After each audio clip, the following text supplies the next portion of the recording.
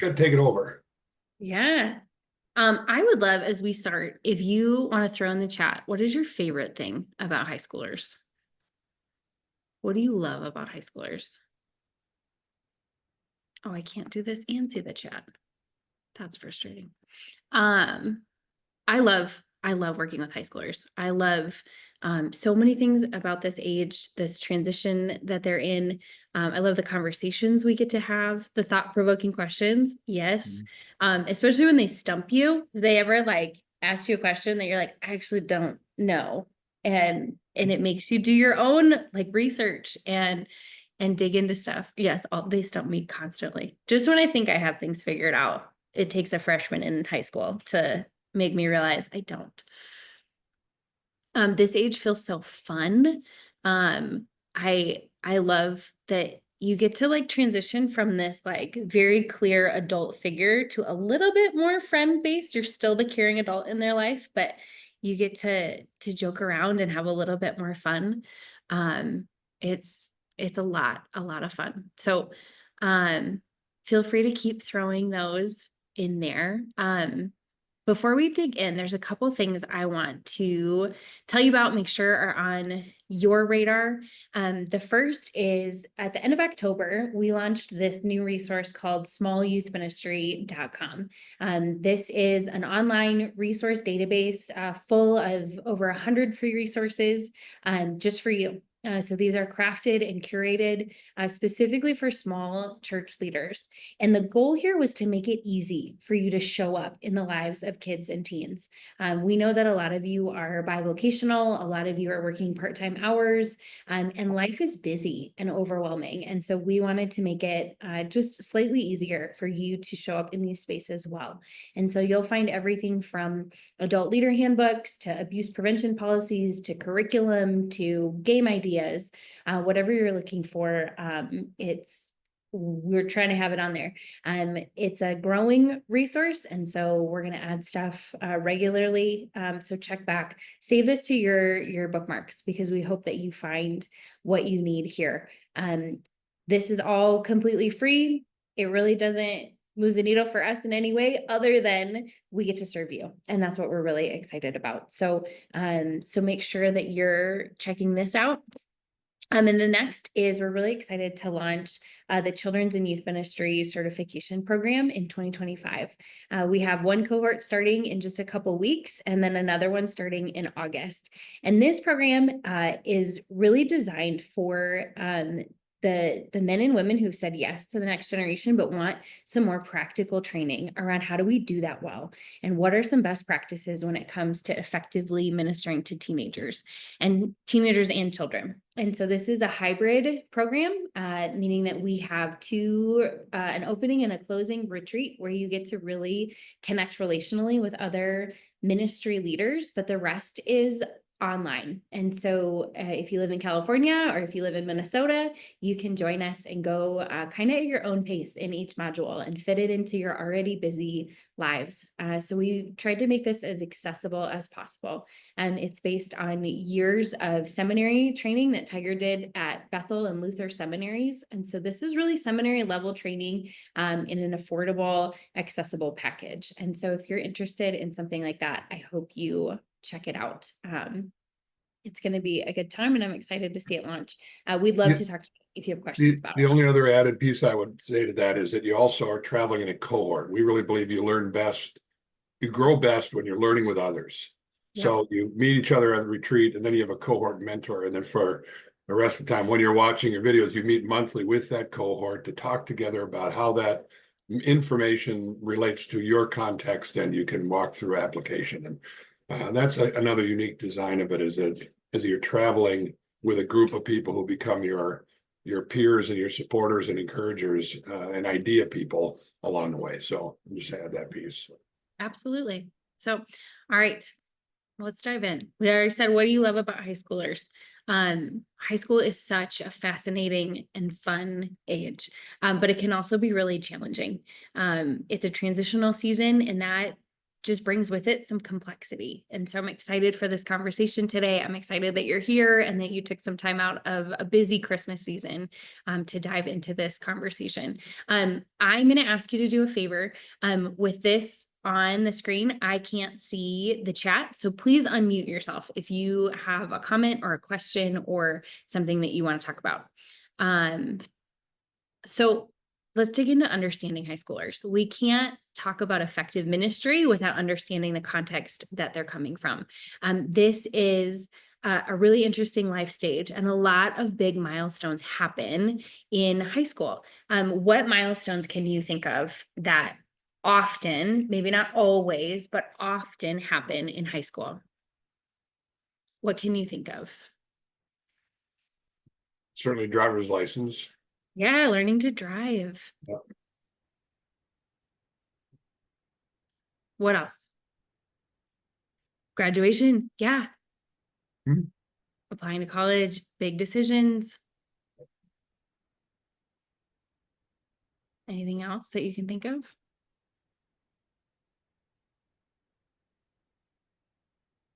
All right, I'll show you some that There's a whole lot more, relational. It shifts a little bit, as I don't know how to put words to it, but even in our group, in middle school, our discussion groups are separated, boys and girls, and now they're together, and it just changes dynamics. And I'm watching them kind of learn conversation, that kind of thing. So it's just different. Yeah. We named some of these: driving, dating, getting a job. This is becoming less and less common than it was in years past. More and more kids are waiting to start a job. But what do these all have in common as we look at some of these significant milestones? More independence. Yes, absolutely. More increased independence. So as kids move through high school, we start to stretch this, they grew up in their family of origin, whatever family looks like for them. And they're starting to stretch and push a little bit beyond that. And so some of these milestones are stretching those family boundaries. So now they can drive places on their own where they're going to go where they're going to go, and their parent isn't right there with them monitoring everything. These days, parents track where they're going, so it's not quite as independent as it was when some of us started to drive and could go who knows where without our parents knowing. Dating, they're investing in relationships outside of that family unit, meaningful, deep, connected relationships outside of that. And they're earning their own income. They have their own money. As a parent, it's weird when I go to take something away from my kid and they're like, well, this is mine. I bought it with my own money, because it's this independent place that they earned, that they bought that. It's differentiated from the things that we have in our family home. So this can throw this family system into a little bit of chaos, because now you have a kid who's pushing against these boundaries, who's pursuing independence, and parents struggle with that, especially this day and age of parenting. Parenthood has changed in really significant ways over the last couple decades. Parenting is so much more intentional now than it ever has been. In fact, some of you might have seen that a few months ago, the Surgeon General put out a warning that parents are under so much pressure that it's becoming like a health problem in our country. And it's because parents are so intentional. They spend more time with their kids now. They're thinking through all the things. They're thinking through nutrition and social and all of these different things in ways that they haven't before. So you take these really intentional parents that can be a little bit overbearing and maybe too intentional at times, and you combine it with a kid who's pushing against that, and it's going to cause some chaos in that family system. I like to think of family systems as those baby mobiles that hang over a baby's crib. Have you seen those? My son had airplanes, and some of it's like woodland creatures or whatever. And it's all these individual pieces, but there's a string that ties it to a central unit. And in a lot of ways, that's how a family system operates. Whatever family looks like, we're all kind of connected to this overarching unit. And so what happens when you take one of those and you kind of throw it into chaos? Do the other ones stay just perfectly still and they're unfazed by the chaos that somebody else is in? No, they start to go wild when that other one goes into this moment of chaos. And that's a lot of times what happens in these family systems of high schoolers. As one is exploring who they are outside of the family unit, they're trying to pull away, it throws the family system for some chaos. And this is important to keep in mind because our ministries are not just to individual high schoolers, are they? We're in community with these families, with these caregivers, with these guardians. And so we need to understand this too. A lot of times this will cause tension between parents and caregivers and their high schooler, which will bleed into every other area of their life. One phenomenon that is so frustrating but happens often is you have a high schooler who's pushing for that independence at the same time that a parent is realizing that they only have 1 or 2 years left with the kid. And so now they're like trying to throw out everything that they didn't get to in those last couple of years. And so everything is a life lesson, everything is wisdom, everything is this and that, because they see that finish line coming and they don't necessarily feel prepared for it. I remember my senior year of high school. It was Thanksgiving morning, and I love Thanksgiving. It's my favorite holiday because it's so laid back. It's just about eating and relaxing and being together and being grateful. And so I was so excited until 6 a.m. My dad comes in and wakes me up because I need to learn how to cook a turkey. Like it has to happen. So as a 18-year-old, I'm like, I don't care to make a turkey. I'm perfectly content with you making the turkey and me sleeping in. That was my plan. But in his brain, I was leaving next year and I didn't know how to cook a Thanksgiving turkey. And how was I going to operate in the world not knowing how to do this? It was irrational. But that's what happens when this finish line gets closer and closer and closer, and they don't have the tools that they need yet. And so parents kind of over parent in that space, and it just fuels that tension.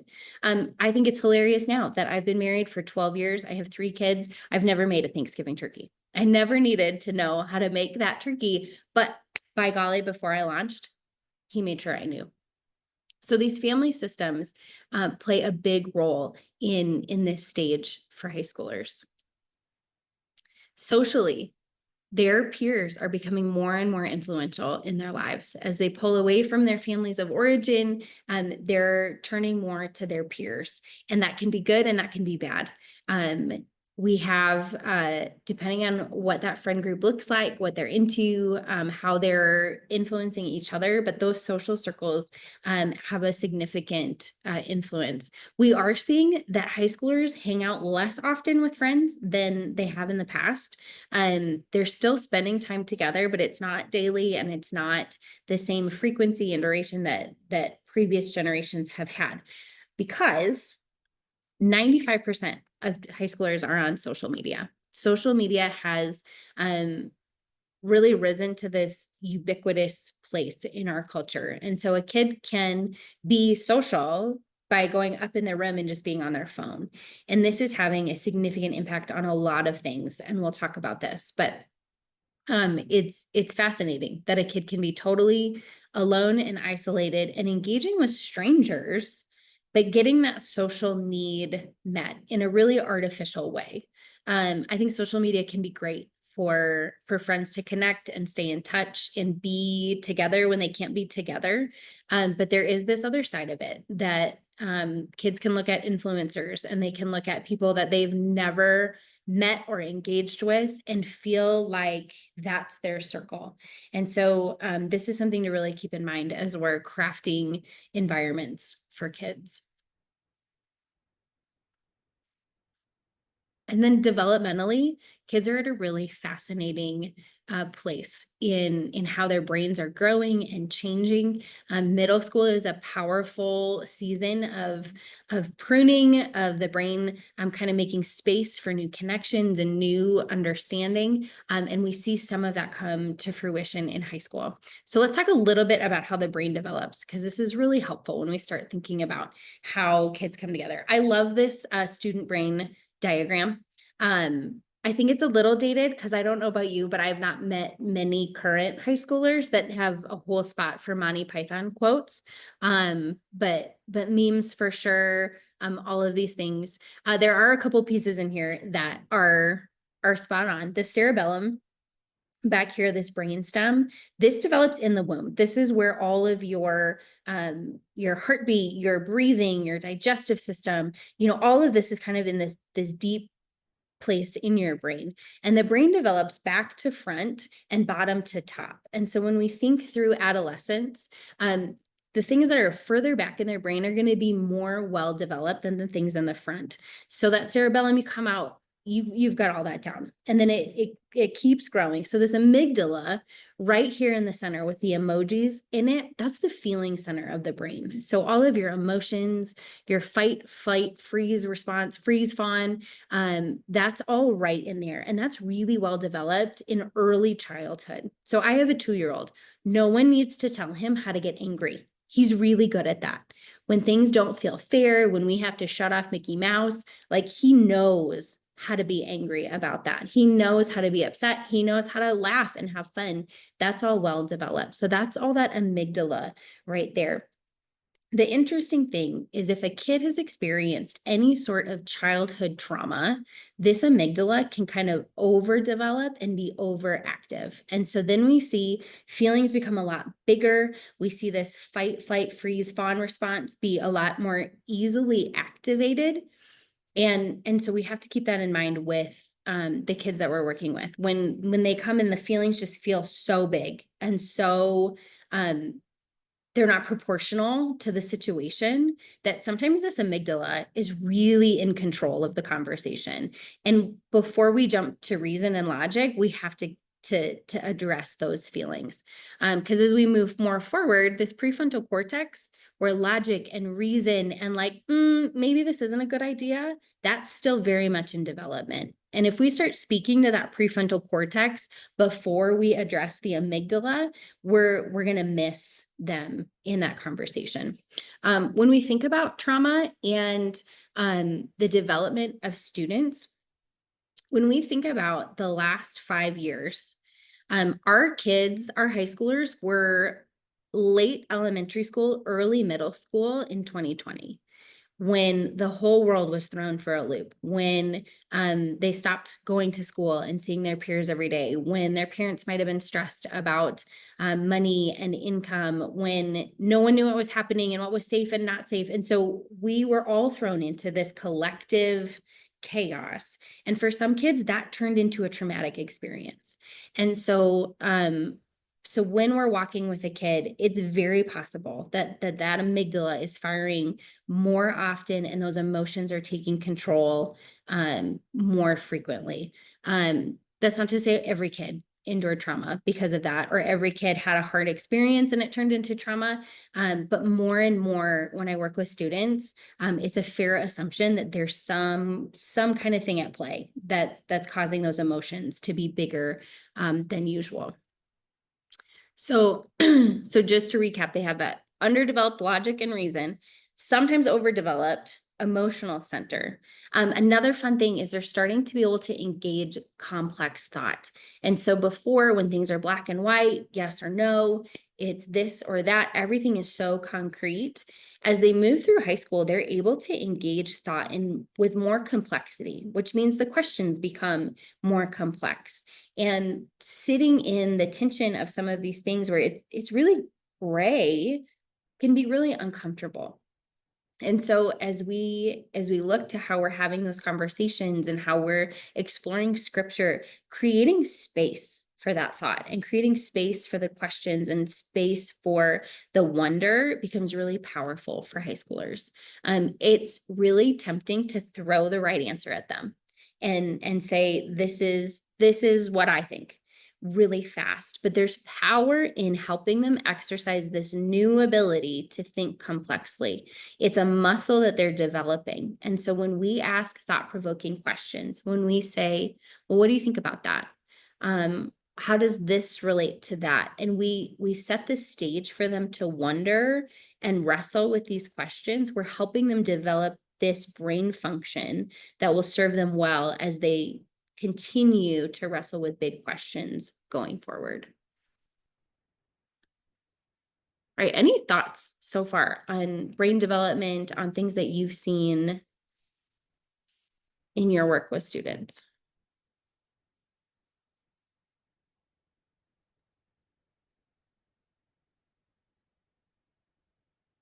I think this part of the, I always put my hand on the back of my head, and this mammalian part of the brain, I call it the amygdala, is helpful for me when I hear them go down that road, that they got to go in there for a while. And our job sometimes is to draw them into the frontal cortex, to have them, by asking, like you said, ask a question or wonder with them or stir that a little bit and see if we can help them, because they've eventually got to learn how to analyze their own emotions and not have us do all the analyzing it for them. So it's a process of sometimes I get it, and other times I'm impatient with it. Mhm. Yeah, absolutely. I was in a parenting seminar and they said, you are your child's prefrontal cortex. Like that's part of your job, is to be that front part of their brain until they can do it for themselves. And I think that's true for caring adults in students' lives as well, that we are the pause and we are the question askers, and we are the ones to say, like, maybe you shouldn't jump off the roof. Let's think about what might happen. It'd be funny. It'd make a good video. You're right. But what else might happen if you do that? The understanding fight, flight, freeze, and fawn is also really helpful when you look at teenage behavior of, kids are so motivated by social security. And so sometimes when that's threatened, they do really irrational things to secure their spot socially. So if you look at some of their behaviors, if they're under threat of getting cut from the basketball team, they might overtrain and undersleep and not eat right and do all of these wild things to secure that spot. They're fighting for that position. All the time, we'll see kids in flight mode who they know they're failing, but they're not going to check their grade, because if they check it, it becomes real. And so they're just going to run from that problem, even though it just makes it worse. And we know it makes it worse. We see kids freeze a lot, where they just get lost in their phone and they doom scroll and they numb all of that emotion because it's too uncomfortable to engage with. And fun, we see kids become people pleasers, that if I become who you want me to be, then I'm safe in this social circle. And so I'm going to do whatever you tell me to. I'm going to become who you want me to be, because I'm still figuring me out. So I might as well be who you want me to be, because at least I'm safe. An interesting sidebar on that. Research tells us that this is the best behaved generation on record, that they're not drinking, they're not smoking, they're not having sex, they're not doing all of these things. And people are celebrating that. And I think it's great. I don't think kids should be engaged in those behaviors. But it also makes me wonder if our coping mechanisms have just changed. So instead of numbing uncomfortable feelings, instead of finding social acceptance in those spaces, if that's become online. If now kids are just going up to their room and they're numbing with social media and they're numbing with acceptance from others, and it looks healthier, but we still haven't gotten to that root of what's going on in kids. And that's why you're so important. That's why your role is so important in a student's life. So that gets into mental health. The number of kids reporting depression and anxiety rose every year of the 2010s, till rates were up 134% and 106% respectively by 2020. And thank goodness things calmed down after 2020. There was nothing to be anxious about or depressed about after 2020. Like, we were already on this pretty not great trajectory. And then COVID hit and it just exacerbated this in the lives of a lot of kids. So we have 134%, 106%. That's just by 2020. This is by Harvard Public Health. We see this in the lives of our kids, especially anxiety. Anxiety has become pervasive. Depression is a little bit easier to hide. It's a little less obvious. Both of these are huge issues that our teens are facing. And there's some theories around that. If you've read The Anxious Generation, it has fascinating thoughts on why kids are struggling as much as they are. And the reasons that this book claims is that we've overprotected our kids. We've sheltered them from a lot of things in the real world. And so they have this underdeveloped ability to navigate challenges. But But at the same time, we've handed them the whole world in their pocket and given them no resources, no boundaries, nothing to navigate that. And so now they're exposed to things that brain development, they're not ready to engage it. That complex thought to understand crisis happening on the other side of the world, if we hand that to them too early, it becomes all consuming and overwhelming and fuels that anxiety, instead of handing them some of those things with boundaries. So at the same time that we're not letting them have experiences in the real world, we're letting them have too many in the online world. And it's creating this disconnect for kids that they don't know how to navigate or understand, and their brains aren't developed enough to do that well. And so this is a key piece to help parents understand. So many parents just follow the trend when it comes to social media and phones of like, okay, well, everybody else is saying 6th grade, we're going to do a phone. And we want to be the voice saying, nope, that's maybe not a good idea. And here's some brain development research. Here's some mental health research on why you might want to wait a little bit longer. Our friends make fun of us because we have like the strictest screen time rules, because my husband and I both work with teenagers, and we see this play out time and time again of what it looks like to give too much freedom online and not enough in the real world. So, all of that kind of comes together to paint this picture of where kids are at.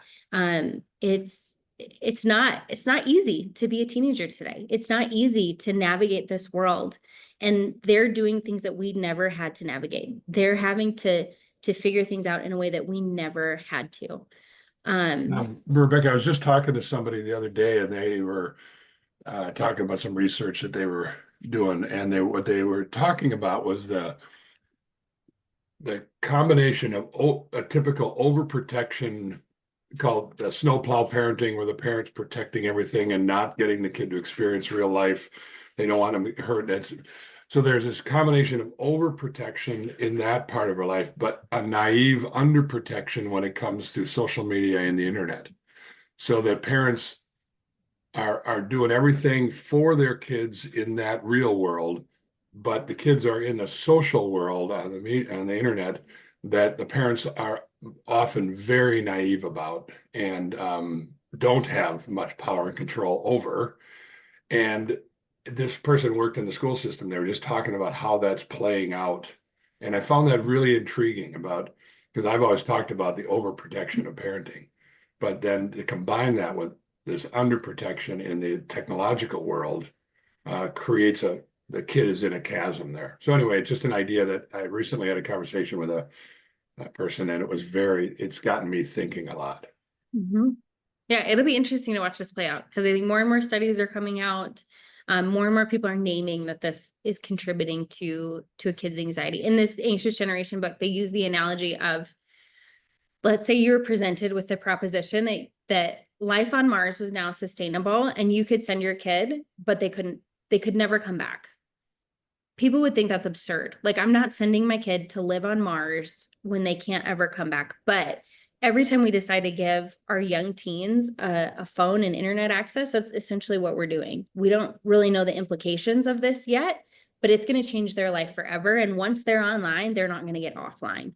And so helping parents kind of frame that in that reality of, it's not just a phone. It's a life-changing decision that at some point they'll be ready for, but we need to help make sure that they have the tools and the know-how to navigate that well.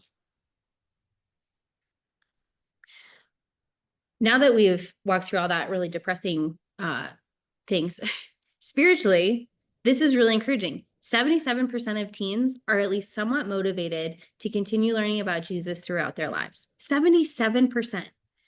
That is an incredibly high percentage. Even among teens who are non-Christians or don't know about Jesus, are over half are somewhat motivated to keep learning about Jesus. This is uncommon when we think of how the church has approached ministry to teenagers. We kind of have this like, I mean, if you want to come, like, we don't want to be like dorky, and we don't want to overstep or whatever. But the reality is that the teenagers are open to learning about Jesus. They're open to spiritual realities. It looks a little different than it has in generations past. They're a little bit more open to their morally relativist. So like if it's true for you, great. If it's true for you, great. But we should be encouraged by these statistics that kids are curious about Jesus and kids are curious about the role that faith can play in their lives. You're going to be totally shocked by this. In the US, 69% of committed Christian teens agree strongly that they experience joy and satisfaction in their relationship with Jesus. Shocking. Joy and satisfaction come from a committed relationship to Jesus. The principles of scripture are playing out in the data. Like this, of course they are.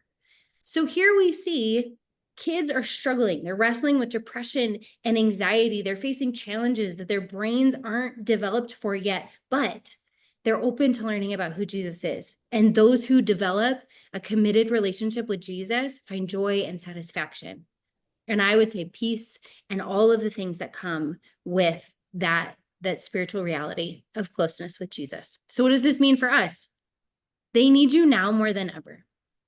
They need committed adults who love Jesus and love them now more than ever before.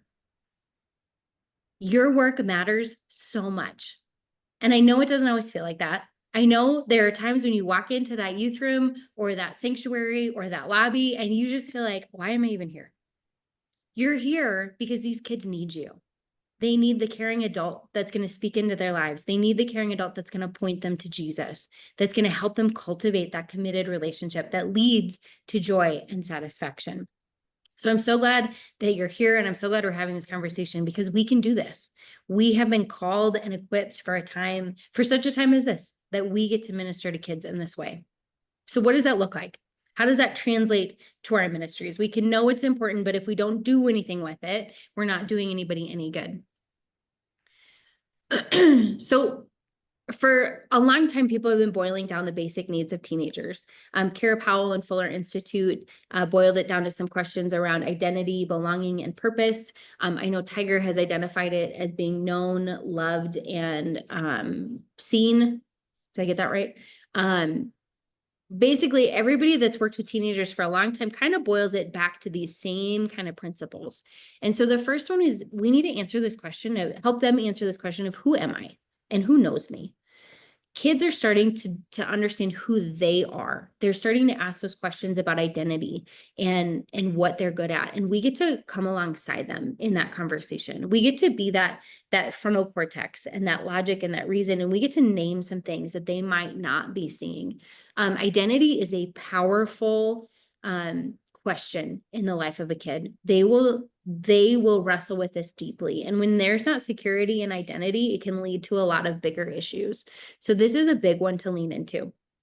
Help teenagers understand who they are and who they were created to be. Help them understand that they're in process. We're all in process. And so they might be bad at something, but that doesn't mean that that's who they are. It's all a process. It's all a journey. So one of the things we can do is create opportunities for self-discovery. So this is personality tests. This is spiritual gifts inventory. One of the best high school retreats I did was based around the strength finders. We had people in our church that were certified strength finder team coach people, and they offered to lead a retreat for our upperclassmen where they went through the strength finders and they identified their top strengths. And we talked through, how does that play out in your life? How does that play out with this combination of strengths? And kids loved it because it named things in their life that they may have noticed, but didn't necessarily recognize as a strength or as a personality trait. They just kind of, well, yeah, I just do that. And so it gave them words to lean into who God has created them to be. So other piece, we draw all of this back to they were intentionally created by the God of the universe, that this wasn't an accident that they're a strong leader. It wasn't an accident that they're compassionate or they're adaptable or they're all of these things. Those are God-given gifts. And so we get to continue building that thread of who they are back to who they were created to be and continue strengthening that. Name the things you see in them. Do this early and do it often. help them recognize the ways that they have been gifted and the strengths they have, especially in the mundane moments. There's times where they're really good at something and it's obvious. You know, they just did a choir concert and they did a great job, and they can recognize that. But there's smaller moments that maybe they're being really patient with a middle schooler. And so you pull them aside after youth group, you say, you know what? That kid was driving you nuts. And I know they were driving you nuts, but you were so patient and so kind. I love that about you. I love that that's part of who you are. Help them to see those things, because that's also a muscle that the more they recognize it and identify it, the more they'll be able to do it on their own. Embrace them as they journey. Kids will introduce you to multiple versions of who they are, and we get to embrace them where they're at and continue calling them to who God has created them to be. So they might show up super into basketball one year, and then the next year, I'm going to try band now, or this is my friend group this year, and it's going to shift and change. But we want to be the constant. We want to be a safe relationship that weathers all of those transitions and embrace them at all points on the journey. Sometimes this is going to be uncomfortable. Sometimes this is going to mean that we sit in spaces that make us feel like, oh, I'm a little worried about this, or I have some questions about this. And that's something that we have to recognize in ourselves and fight for the relationship. We don't compromise truth to do that, but we're very, very careful about how we engage those hard conversations. Walking with a student in that is one of the most powerful things. We want to fight for that relationship and fight to stay in their life as they figure out these things. And the last one is to help them see God at work in their lives. Help them see that God is not a distant, far off being that just punishes them when they've done something wrong, but that God is active and alive and at work in their lives. And it might look like naming when the coincidence isn't a coincidence, that God orchestrated something so that they could have an experience, when God gives them patience, when God gives them peace. And we help them see that God is active and alive in their lives. The next question is, where do I fit? Kids need to know that they have a space to belong. And here's the thing. There are places that will accept students. We want to be the most accepting, loving place for them to experience authentic community. We want them to belong with us, because they'll find other spaces, but those other spaces might not have their best interest at heart. Those other spaces might not be healthy communities. They might not be spaces where kids are being called to grow into their healthiest, fullest, most vibrant selves. And so we want to create that community, but we have to be intentional about those. So part of that is remembering that ministry is more than a program, that we can't count on our Wednesday night, our Sunday morning to be the end all be all for community. We can't ask kids just to show up and watch a service and think that that's going to be where they experience this community. We have to prioritize relational discipleship, our relationships with kids. What caring adults are walking with them? What small group environments are we crafting so that they have other peers in their life that are walking with them? Even if we have really small ministries, how are we incorporating other adults so that there's multiple voices in the life of a kid? What does mentorship look like? All of these questions, because this goes beyond the walls of our youth rooms and the walls of our churches. It's the adults showing up to that basketball game. It's the adults who are texting their small group and saying, I'm praying for you today. How can we be praying for each other, and crafting that relationship beyond the walls of the church? We need to cultivate intergenerational relationships. Sometimes this means advocating for the teens in your church. Sometimes teens get a bad rap that they're intimidating to the other people in our church, that they're like, oh, they don't want to talk to me. Those I'm not cool. I'm not relevant. They don't want to talk to me. Or I don't like how they wear ripped jeans to church. And so I have put them in a category in my brain, and I don't want anything to do with the teens. We had a big battle at one of the churches I was at, because people were harping on them wearing hats in the sanctuary and jeans and all of these things. And we had to do some really intentional work of not just telling them to stop saying those things, but to help them understand who are these teenagers. And look at how great these kids are. And look at the ways that they're serving. And look at the way God's at work. And we did so much storytelling to flip that narrative of people being annoyed with the teenagers to embracing them for who they are, because they were upset because they didn't know them. It's really easy to get mad at somebody that you don't even really know their name, but you can be annoyed with them. But if you know their name and their story and how God's at work at their life, that becomes a little bit harder to just be crabby about things. And so sometimes that takes a lot of intentional storytelling and advocating for teens to have that place in your congregation. Cultivate those relationships, bring them alongside other people, and equip families for this transition season. Help parents navigate this well. Help caregivers navigate this well. Nobody hands you a manual of this is what high school is going to look like for your family. This catches many families off guard because they're so busy and there's so much going on. And then before they know it, they have a junior in high school and they're at the end of this parenting journey with this kid. And suddenly all those regrets are huge. All the missed opportunities are huge. All the fear of what's next is huge. And if we don't walk with them and equip them for some of this, we can't expect them to necessarily navigate it well. And so we can come alongside parents. We can connect parents to older parents or others that are in this season so that they also are finding community and navigating this well.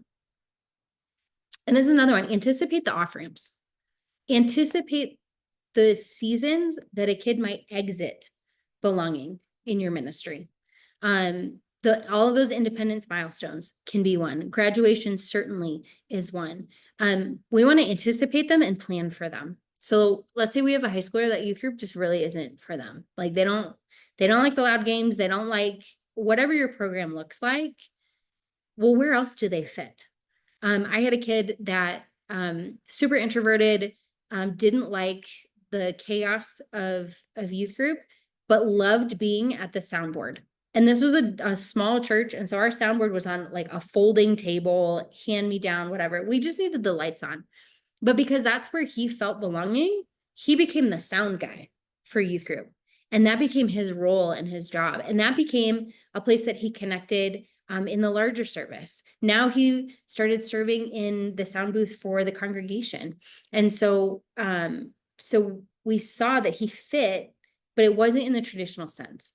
But fight for those spaces of belonging where they're connecting intergenerationally, they're connecting in their skill set, and you're crafting these environments that go beyond the walls of your youth ministry. The next one is, what can I do? Give kids a space to missionally lead and serve. Kids don't want to just be ministered to. This is one of the most take charge generations. Like each generation is becoming more and more engaged with social issues, and they want to be active in creating the world around them. And we get to give them space to do that. I mean, our whole belief system is built on this idea that God is actively redeeming and restoring everything around us. And we're called to be part of that. So why wouldn't teenagers be called into that same mission? So give them space to do that. Embrace their skills and giftings. This goes back to the first one, name it, but also give them spaces to exercise them, to grow in them. Maybe that's teaching in Sunday school. Maybe it's being a greeter. Maybe it's being living missionally in different ministries that your church offers. But equip them for that. Don't just throw them into it, but give them the skills they need and cultivate that so that they can be good at it and have a good experience in those spaces. And then connect them with other adults.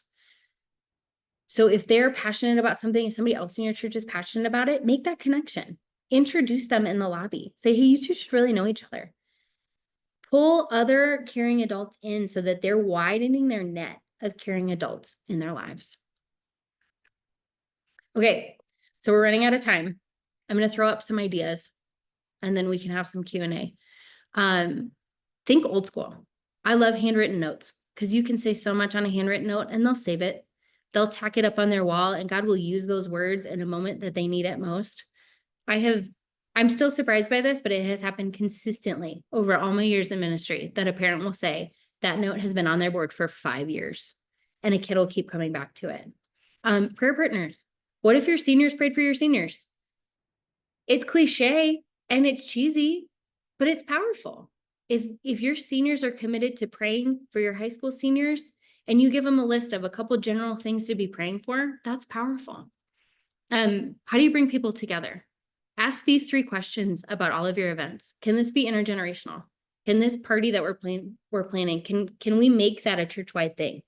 Is this an appropriate space to do that?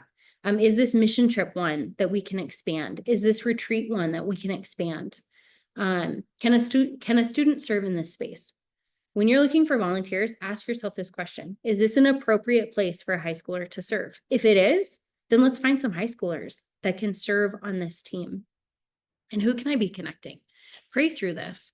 Who needs to come together? God will surprise you with that answer of actually this kid and this adult would really benefit from knowing one another. And like we said, share stories and share them often. All right. Any questions? I'm gonna leave this up for a second. These are our upcoming conversations. We're gonna have some great ones in the spring, and all of the registration is open. So be sure to check them out. I'll put a link in the chat too, so that you don't miss it. So I feel like that was a lot. What are you kicking around? What questions do you have? What is stirring up for you?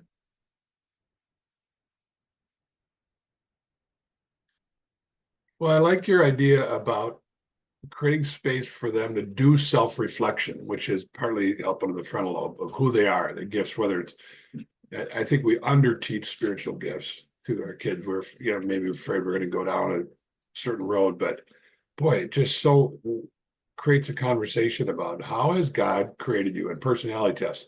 If you put it under how has God created you, what your personality, I not thought about that with my 9th graders. I think they would love to have that conversation, and I hadn't thought about it. So yeah, it's good. I like that idea.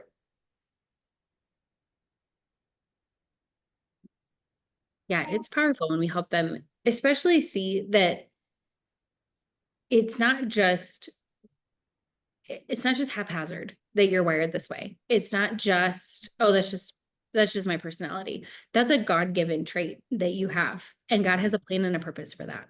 And so drawing that connection all the way. Affirming the need to create opportunities to serve and create change. I'm fascinated by that stat that kids want to know Jesus. They want to know more about Jesus. There's a spiritual ripeness about these generations coming up that it's going to be an exciting season for the church if we lean into it. And if we create those spaces for kids, if we make it easy for kids to invite their friends and to pursue those relationships with others.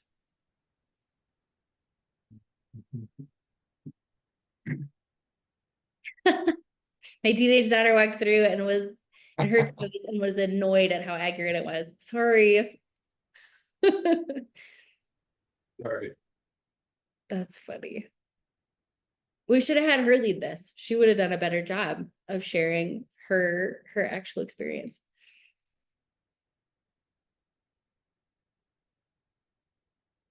I hope you take away from this how crucial your role is, how important it is that you are walking with these students, even when they make you feel like it's not, that they're annoyed to be there, that they don't want to hear it again, that you're just out of touch with reality. I hope you see how vital your role is in the lives of teenagers.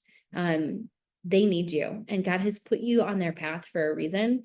And there's been so many times that I've worked with kids that I felt like I didn't do anything for that kid. And then 10 years later, I get an email or a Facebook message or something about, you said these words and they stuck with me. Or, we had these conversations and now I'm doing this because of it. And it's powerful, but we don't always see it in the moment. So I hope you're encouraged to stick with it and stick with them in these seasons.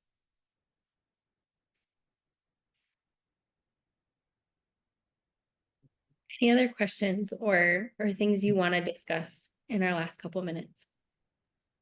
Last year in the interim, I found myself meeting with them leaders regularly, and I said a phrase, which I tend to do over and over, and that is trust the process.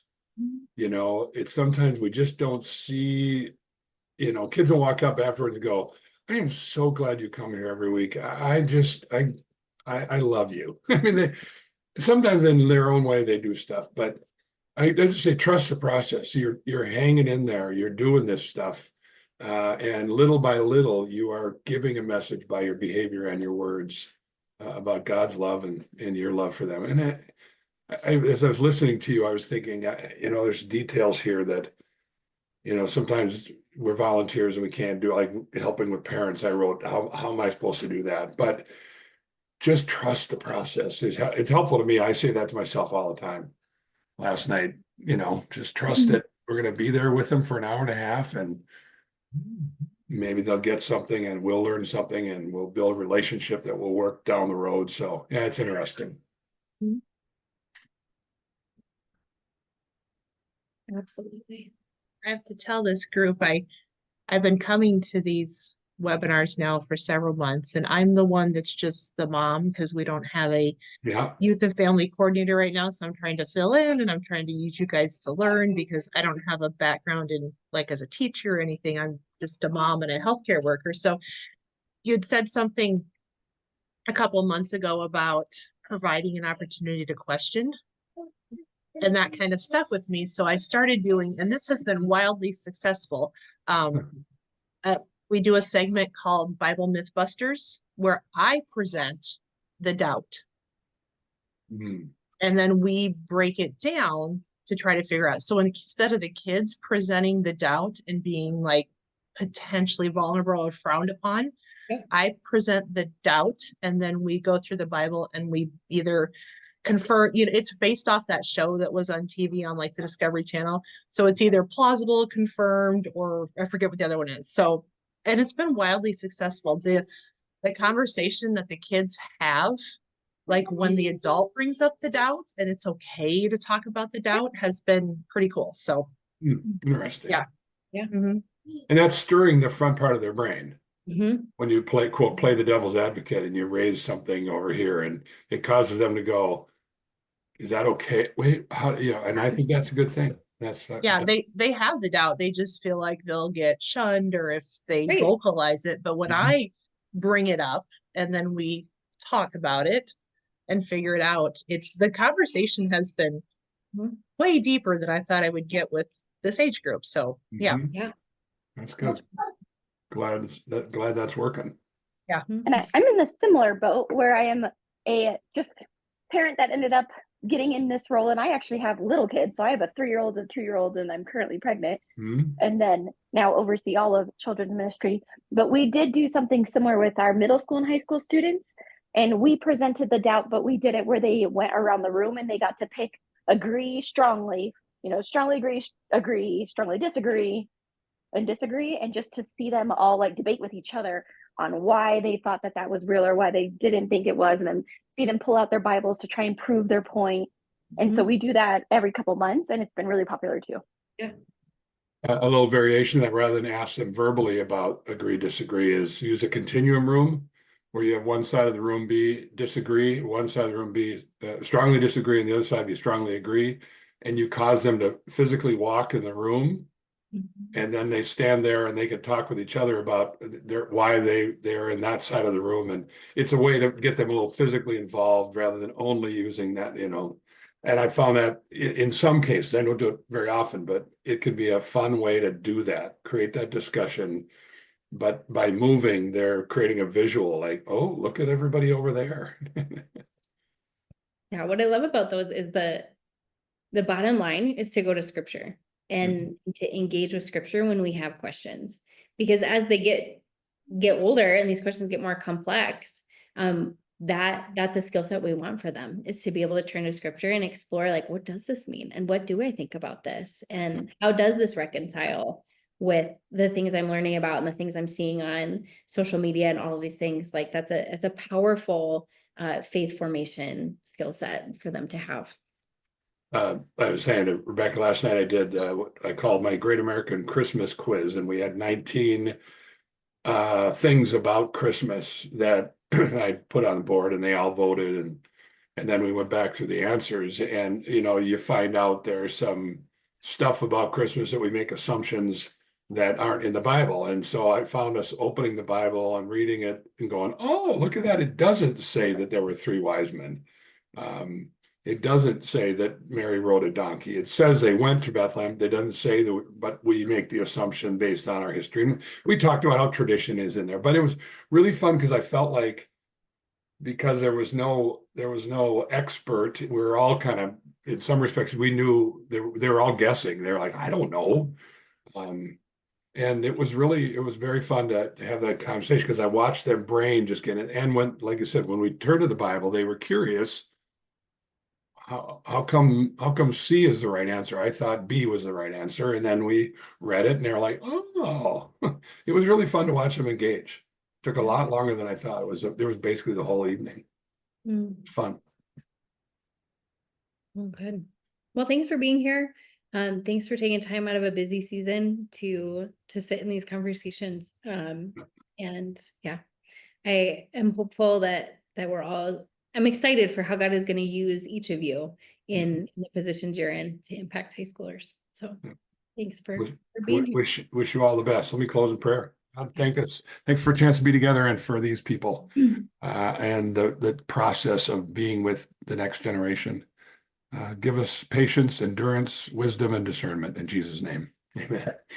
Amen. Thanks so much for being here. Yeah. Merry Christmas. Merry Christmas. Merry Christmas. Thank you.